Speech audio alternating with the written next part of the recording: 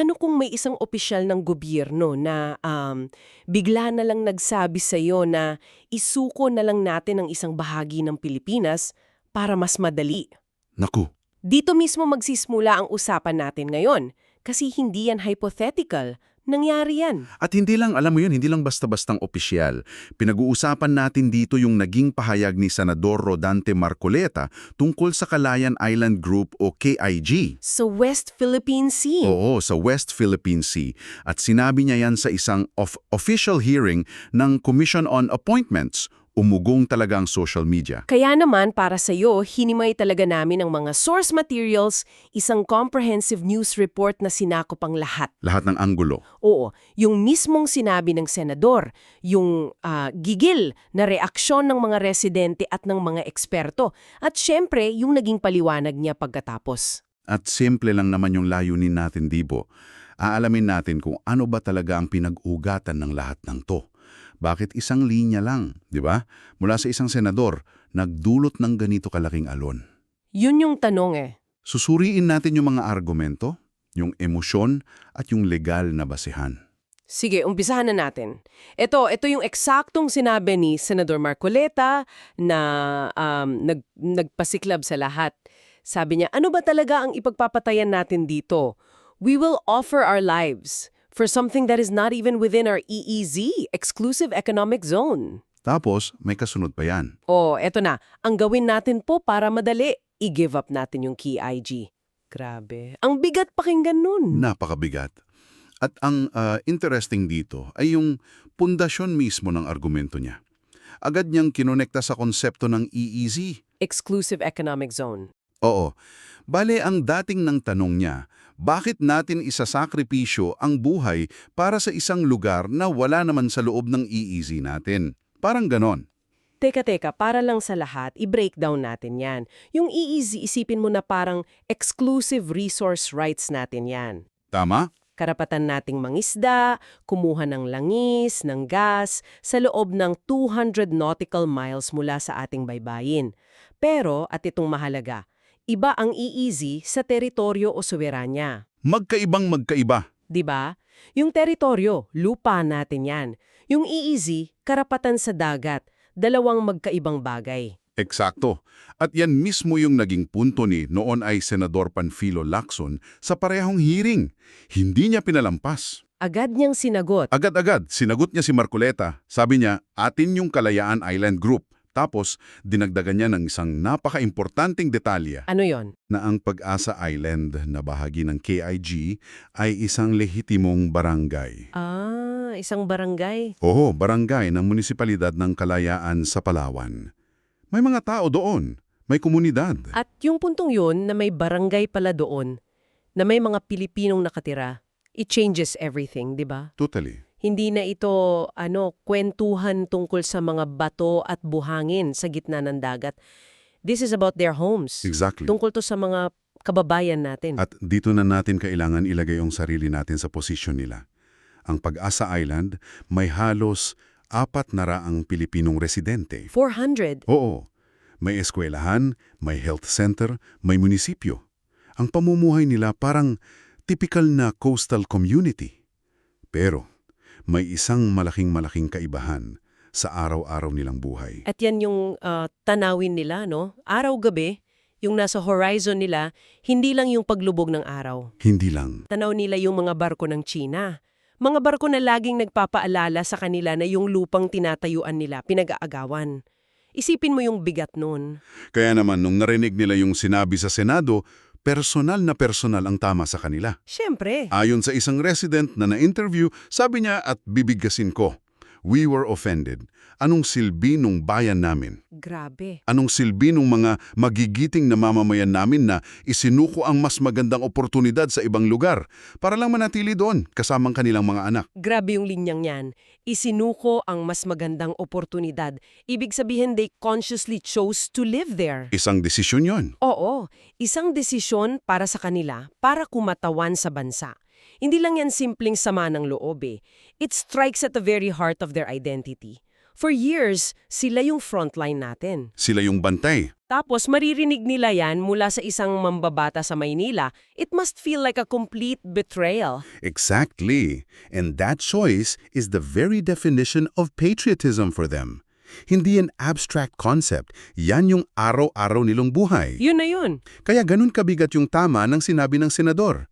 At dahil dyan, nagplano ang kanilang sangguniang pambayan na magpasa ng isang resolusyon. Para saan yung resolusyon? Para ipatanggal sa mga talaan ng Senado yung mga sinabi ni Marcoleta, ganun kalalim. So, kung ganun katindi yung reaction nila at parang malinaw na maliraw yung basehan sa EEZ, ano ba talaga yung hawak nating patunay? Bakit natin nasasabing atin ang kaiji? Dito na natin kailangang himayin yung legal na kaso ng Pilipinas. At hindi ito, alam mo yon, hindi ito nakatayo sa isang haligi lang.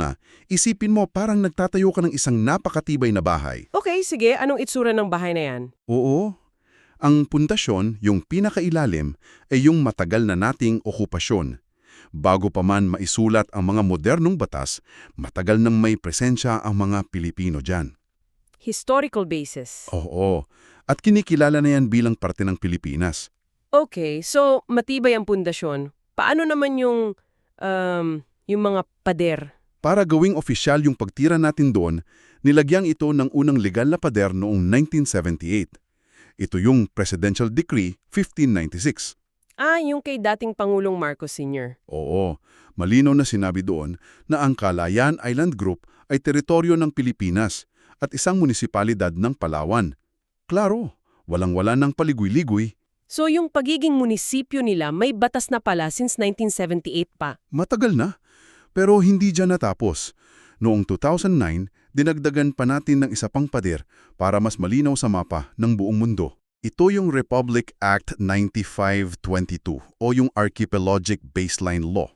Dito, literal na iginuhit natin sa mapa ang KIG bilang bahagi ng ating teritoryo. So naging visible na siya. Naging visible na. At nitong 2022, nilagyan na natin ng bubong. Yan ang Republic Act 1264 o ang Philippine Maritime Zones Act. Bago lang yan. Bago lang. Ito yung nagsabi na yung lahat ng teritoryo natin kasama ang KIG ay may kaukulang proteksyon at maritime zones sa paligid nito.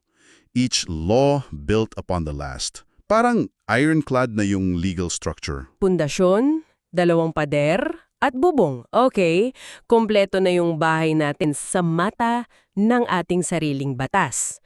Pero paano sa mata ng international community? Diyan pumapasok yung selyo ng pagtapruba mula sa labas. Una, kinilala ng United Nations Convention on the Law of the Sea o UN Clause ang pagsaklaw ng Pilipinas sa KIG. Okay, At ang pinakamatunog sa lahat, eto na. yung 2016 Arbitral Award, yung panalo natin laban sa 9-dash line ng China. Oo. Kahit hindi direktang sinabi ng tribunal na sa Pilipinas ang KEIG, ang ginawa nito, pinawalang bisa nito yung historical claim ng China na lalong nagpatibay sa posisyon natin. So, anong ibig sabihin ng lahat ng to? I-connect natin pabalik doon sa residente na nagtanong ng, anong silbi ng bayan namin? Yun, It turns out, ang silbi ng bayan nila ay pinatibayan na ng pundasyon ng kasaysayan, ng 3 pambansang batas, at ng desisyon ng buong mundo. Yung sakripisyo nila, literally nakasulat sa mga batas natin. at yan ang dahilan kung bakit ganun na lang ang galit ng mga legal experts. Para sa kanila, tapos na ang usapan. Bakit pa pinag-uusapan? Oo, bakit pa? Sinabi pa nga ni retired Supreme Court Justice Antonio Carpio na yung posisyon ni Marcoleta ay kapareho ng posisyon ng China. Grabe yung sinabi niya. Oo, at dapat daw siyang magrehistro bilang isang foreign agent. Sobrang bigat ng akusasyon. At may isa pang legal expert na nagsabi, at ito quote, kinilala na nga at lahat, tapos sasabihin mo ipapamigay. Anong klaseng kahibangan yan? Ramdam na ramdam mo Siyempre, matapos ang lahat ng batikos na yan, naglabas ng paglilinaw si Senador Marcoleta. Ang depensa niya, out of context daw ang lahat. At para maging patas, di ba, mahalagang pakinggan natin yung side niya. Ayon sa kanya, hindi raw niya direktang sinasabi na ipamigay ang KIG. Ang buong punto niya raw ay nakapaloob sa isang komplikado at hypothetical na sitwasyon. Okay, heto na. Ano yung hypothetical na yun? May kinalaman daw ito sa International Hydrographic Organization o IHO. Wait, teka muna. Bago tayo malunod sa mga technical terms, ano ba yung IHO? Okay. Isipin mo ang IHO bilang yung official map maker ng mundo para sa mga karagatan. Okay. Mapmaker. Oo, sila yung nagseset ng standards para sa mga navigational charts na ginagamit ng lahat ng barko. Kung wala sa mapa nila, parang hindi opisyal na kinikilala para sa mga, layunin pandagat. Okay, got it. Official mapmaker. So, anong connection yan sa sinabi ni Marcoleta? Ito yung paliwanag niya. Para raw maisama ang West Philippine Sea sa mapa ng IHO, kailangan daw magdeposito ng Pilipinas ng mapa sa United Nations. Okay, so far so good. Ang paggawa raw nito, ayon sa argumento niya, ay paglabag sa UNCLOS. Kasi parang inaangkin na rin natin ang high seas o international waters.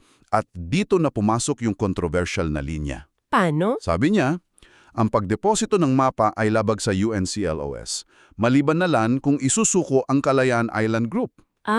Doon. Doon. So yung i-give up ay bahagi raw ng isang senaryo na hindi dapat gawin, isang kondisyon para maging legal daw ang isang bagay na mali sa simula pa lang. Okay, let me see if I get this. Para maintindihan ko at ng mga nakikinig, parang ang sinasabi niya, hindi natin pwedeng i-renovate yung bahay natin unless isama na rin nating gibain yung garahe. Perfect analogy. Parang he was using a ridiculous second option to show how bad the first option was. Yun ba ang esensya ng punto niya? Yan ang pinakamalapit na analogy sa kanyang paliwanag. Sinasabi niyang yung give up the kig ay parte ng isang absurdong kondisyon para ipakita kung gaano ka-absurdo yung unang proposisyon. Pero, Ang problema, yung nuance na yon nawala sa soundbite. At ang narinig lang ng lahat ay yung i-give up natin yung kig. so ang lumalabas dito ay hindi lang isang simpleng out-of-context issue. Ang nakikita natin ay isang, banggaan ng dalawang mundo.